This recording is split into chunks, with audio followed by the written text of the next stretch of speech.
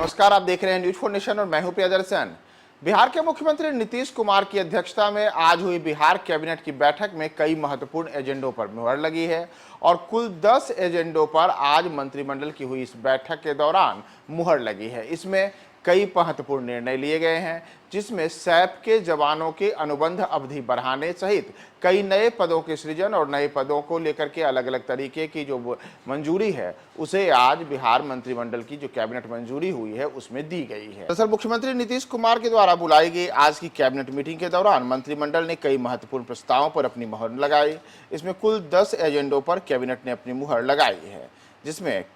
अल्प वृष्टि जैसी स्थिति में खरीफ 2023 में आकस्मिक फसल योजना के तहत बीज वितरण के लिए 50 करोड़ रुपए की योजना को स्वीकृति देने का एक महत्वपूर्ण एजेंडा शामिल रहा है। इसके अतिरिक्त कई अन्य एजेंडों में गृह विभाग के अंतर्गत आने वाले स्पेशल ऑक्सिलरी पुलिस, यानी कि जो आम बोलचाल की भाषा में सैप के नाम से प्रसिद्ध हैं, उसमें बिहार पुलिस के अंतर्गत गठित स्पेशल ऑक्सिलरी पुलिस में बहाल किए गए भारतीय सेना के सेवानिवृत्त सैनिकों के कुल कार्यरत बल 3566 की अनुबंध अवधि वित्तीय वर्ष 2023-24 के लिए विस्तारित करने की जो अवधि उसे स्वीकृति दी गई है। इसके अतिरिक्त वित्त विभाग के अंतर्गत आने वाले अंकेक्षण निदेशालय वित्त विभाग बिहार पटना के अंतर्गत बिहार वित्तीय प्रशासन सेवा को संयुक्त निदेशक का 2 पद एवं उप निदेशक का 4 पदों पर अर्थात कुल 6 पदों की सृजन की स्वीकृति को भी आज मंत्रिमंडल ने अपनी मुहर लगाई। इतना ही नहीं, वित्त विभाग के अंतर्गत राज्य में कार्यरत क्षेत्रीय ग्रामीण बैंकों,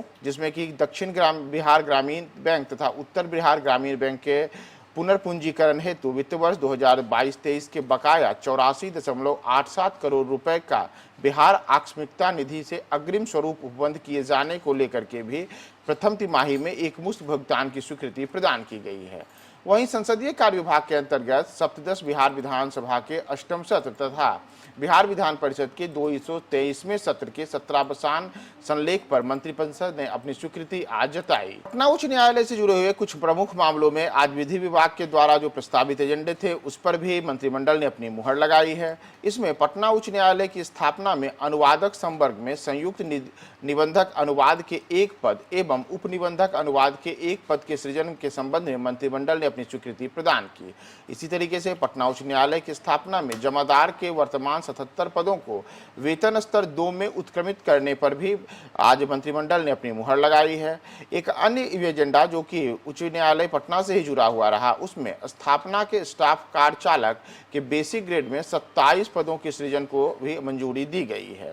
इसी तरीके से राजस्व एवं भूमि सुधार विभाग के अंतर्गत अरवल जिला के करपी अंचल के मौजा बेलखारा में 5 एकड़ से जमीन को बिहार सरकार के भूमि डिग्री महाविद्यालय स्थापना हेतु बिहार पटना को अंतर विभागीय निःशुल्क तथा अस्थायी हस्तांतरण के प्रस्ताव को मंत्रिमंडल ने अपनी स्वीकृति प्रदान की है। वहीं बिहार के पर्यावरण, वन एवं जलवायु परिवर्तन विभाग के एजेंडे पर भी आज बिहार राज्य में कास्ट आधारित उद्योगों की संख्या का पुनर्निर्धारण के संबंध में मंत्रिमंडल ने अपनी स्वीकृति प्रदान की। बिहार मंत्रिमंडल की आज हुई इस कैबिनेट बैठक में कुल 10 एजेंडों पर मुहर लगी है और इन तमाम एजेंडों को मुहर लगने के बाद कई ऐसे जो प्रस्ताव थे जिनके लंबे अरसे से लोग इंतजार करते थे, उन सब को आज बिहार सरकार ने अपनी स्वीकृति प्रदान की है।